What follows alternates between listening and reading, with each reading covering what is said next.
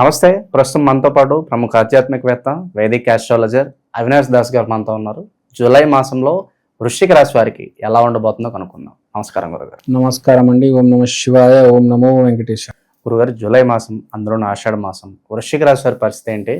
ఎలాంటి టైం వీళ్ళకి నడుస్తుంది? ఎలాంటి పరిస్థితులు ఎదురే అవకాశాలు వీళ్ళకి కనిపిస్తున్నాయి అంటారు? వృశ్చిక రాశి మనం మొదటి రాశి దగ్గర మాట్లాడుకున్నాం.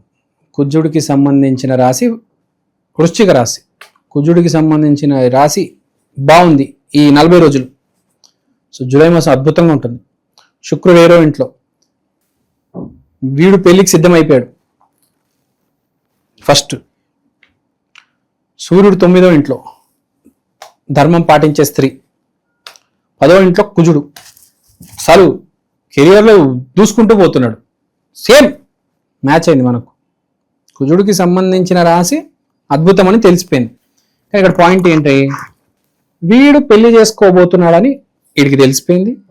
వీళ్ళు ఇంట్లో ఒప్పుకుంటారు, అమ్మాయి వాళ్ళ ఇంట్లో ఒప్పుకుంటారు, అన్నీ ఫైనలైజ్ అయిపోతాయి. కానీ పెళ్లి కార్తీక మాసంలో చేసుకుంటే బెటర్. కానీ అన్ని ఫైనలైజ్ అయిపోతాయి, అంటే పెళ్లి అయిపోయినట్టే వర్చువల్గా. ఫిజికల్గా మాత్రం కార్తీక మాసం. తర్వాత సూర్యుడు 9వ ఇంట్లో ఉన్నాడు కాబట్టి మీరు లాంగ్ డిస్టెన్స్ ట్రావెల్స్ బాగా కలిసి వస్తాయి. ఈ విదేశీ యానాలు ఇవన్నీ బాగా కలిసి వస్తాయి. స్పెషల్గా ఈ జపాన్కి వెళ్ళే వాళ్ళు, సూర్యుడు అంటే Japan, land of rising sun అంటారు. జపాన్కి వెళ్ళే వాళ్ళకి బాగా హెల్ప్ అవుతుంది. తర్వాత ఫ్రెండ్స్తో షికారులు. ఇప్పుడు గోవాకి వెళ్తున్నారు చాలామంది. రెయినీ సీజన్లో గోవాకి వెళ్తారు. ఇప్పుడు కొత్త ఫ్యాషన్ అనమాట. సమ్మర్లు వింటర్లు కాకుండా గోవాకి రెయినీ సీజన్లో వెళ్ళడం. ఎవ్వరు ఉండరు, ప్రశాంతంగా సైలెంట్గా బాగుంటుంది. సో చాలా మంది గోవాకి వెళ్ళే ఫ్రెండ్స్ అందరు కలిసి ఆ గోవాకి వెళ్ళడము, ఊటీ, షిమ్లా, వైజాగ్, తిరుపతి అట్లా ఈ ప్లానింగ్ చేస్తారు. ఈ వృశ్చికానికి సంబంధించిన వాళ్ళు వాడే లీడ్ తీసుకుంటే మిగతా వాళ్ళు ఫాలో అవుతారు, అటాచ్ అవుతారు కర్మతో. సో టూర్స్ అండ్ ట్రావెల్స్ ఉన్నాయి, విదేశీ యానాలు సపోర్ట్ అవుతుంది.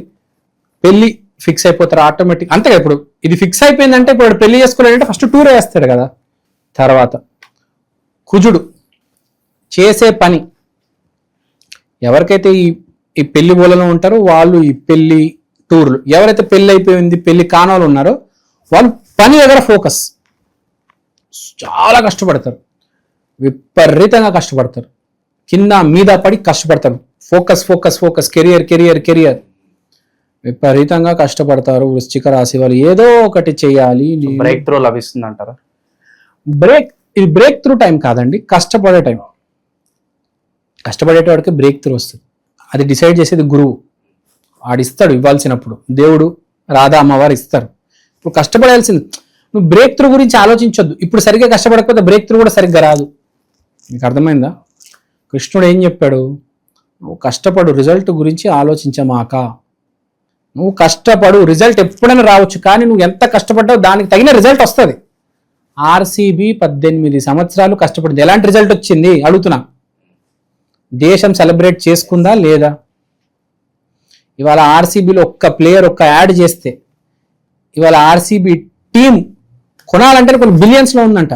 ఏ టీంకి లేదు ఆ రేటు. ఒక్క దెబ్బతో ఆ ప్లేయర్స్, ఆ టీము, భారతదేశంలో ఆర్సీబీ అంటే ఏంటో, అసలు ఆర్సీబీకి సంబంధించిన ప్రతిదీ ఇవాళ 100x అయిపోయింది తెలుసా? రూపాయిది 100 రూపాయలు పలుకుతుంది ఒక్క గెలుపు వల్ల. ఎన్నో టీమ్స్ ఉన్నాయి, 5 సార్లు 6 సార్లు గెలిచారు. వాళ్ళు పెద్ద రేటు మారలేదే, వాళ్ళ ధర మారిందా, వాళ్ళ విలువ మారిందా? అలానే ఉన్నారు వాళ్ళు, అలానే ఉంటారు. చిన్న చిన్న గెలుపు.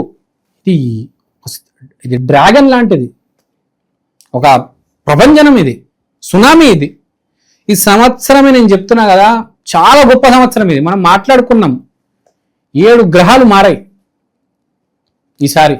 4 వైదిక గ్రహాలు, 3 అవుట్ సైడర్ గ్రహాలు. Jupiter, Saturn, Rahu, Ketu, Uranus, Neptune, Pluto. ఏ సంవత్సరంలో ఇన్ని గ్రహాలు మారలేదు ఒకటేసారి.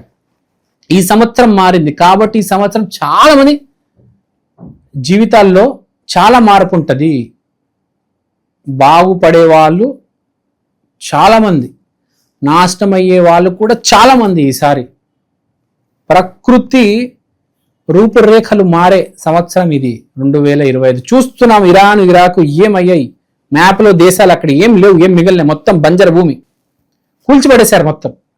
ఐపీఎల్లో కూడా చూసాను ఎంత పెద్ద హిస్టరీ జరిగింది. పాలిటిక్స్లో కూడా మీరు చూడండి కొన్ని రోజుల్లో ఏం జరగబోతుంది అని. మారిపోతాయి అన్ని. చంద్రబాబు కావచ్చు, మోడీ కావచ్చు, మారబోతున్నారు. భారతదేశం రూపరేఖ మారిపోతుంది, ప్రకృతి రూపరేఖ మారిపోతుంది. ఇప్పుడే చూస్తున్నాం, చాలా తేడా ఉంది. స్ట్రెస్, విపరీతంగా స్ట్రెస్ ఉంది చాలా జీవితాల్లో. పిచ్చలైపోయారు చాలా మందిని చూసే మధ్య, మెంటల్ వచ్చేసింది చాలా మందికి. అలానే కొంతమంది చెడు మార్గంలో ఎవరైతే ఉన్నారో వాళ్ళందరూ మంచి మార్గంలోకి వచ్చేసారు. చాలా మందిని చూశాను నేను. మంచి వాళ్ళు చెడ్డ వాళ్ళు మంచి మార్గంకి వెళ్ళిపోయారు. టైం మారిందండి, టైం మారింది, ప్రకృతి మారింది, జీవితం మారింది. గమనించండి మీరు, బయట ఎక్కడికి వెళ్ళినా అందరూ మారిపోయారు. ఎవరికైతే తక్కువ మార్కులు వచ్చాయో వాడికి మంచి జాబులు వచ్చాయి. ఎవరికైతే మంచి మార్కులు వచ్చి మంచి జాబులు చేస్తున్నారు వాళ్ళ జాబులన్నీ ఊడిపోయాయి, లే ఆఫ్స్ అని పేరుతో.